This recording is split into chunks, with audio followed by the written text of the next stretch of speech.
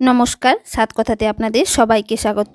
আজকে বিনস আর চিংড়ি মাছ দিয়ে একটা দুর্দান্ত স্বাদের রেসিপি আপনাদের সাথে শেয়ার করব, যা দিয়ে আপনারা এক থালা ভাত খেয়ে নিতে পারবেন। আশা করছি রেসিপিটি আপনাদের ভালো লাগবে। ভালো লাগলে প্লিজ আমার চ্যানেলটিকে সাবস্ক্রাইব করে আমার সাথে থাকবেন। চলুন রেসিপিটি শুরু করা যাক।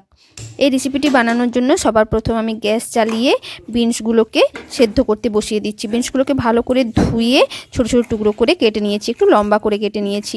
এবার এগুলোকে 3 থেকে 4 মিনিট লো টু মিডিয়াম ফ্লেমে সেদ্ধ করে নেব। তার জন্য আমি অল্প একটু লবণ দিয়ে দিলাম।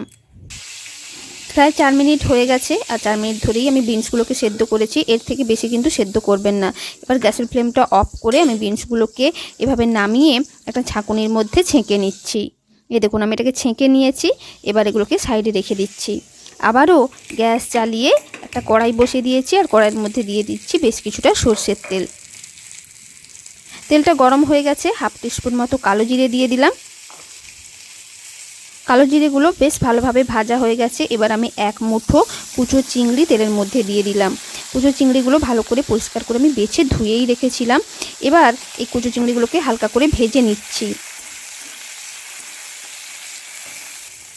চলুন, ভাজা হয়ে গেছে। এবার 3টে কাঁচা লঙ্কা দিয়ে দিলাম, আর 5 কোয়া রসুনও এর মধ্যে আমি দিয়ে দিচ্ছি। আর দিয়ে দিচ্ছি একটা বেশ বড় সাইজের পেঁয়াজ কুচি। এবার এর মধ্যে দিয়ে দিচ্ছি পরিমাণ মতো লবণ, আর তার সাথে সামান্য একটু হলুদ গুঁড়ো। এবার এই সব কিছু একদম লালচে করে ভেজে নিচ্ছি।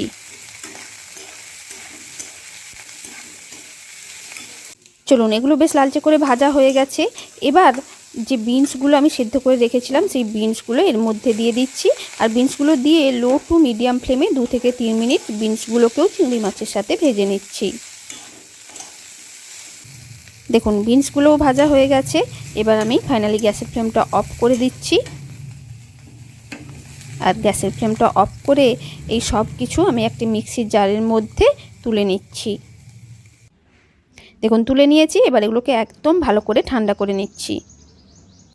আমি সব কিছু ভালো করে ঠান্ডা করে এইভাবে মিক্সিতে বেটে নিয়ে চলে এসেছি। এবার আপনাদেরকে একটি পাত্রে আমি পরিবেশন করে দেখাচ্ছি।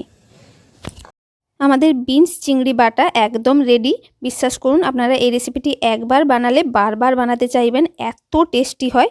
আপনারা এরকম নিত্য নতুন রেসিপি পেতে আমার চ্যানেল সাত কথাকে সাবস্ক্রাইব করে নেবেন, আর সাবস্ক্রাইব করার পর পাশে থাকা বেল আইকনটি প্রেস করে দেবেন, যাতে আমার যে কোনো নতুন ভিডিও আপনাদের কাছে সবার আগে পৌঁছে যায়।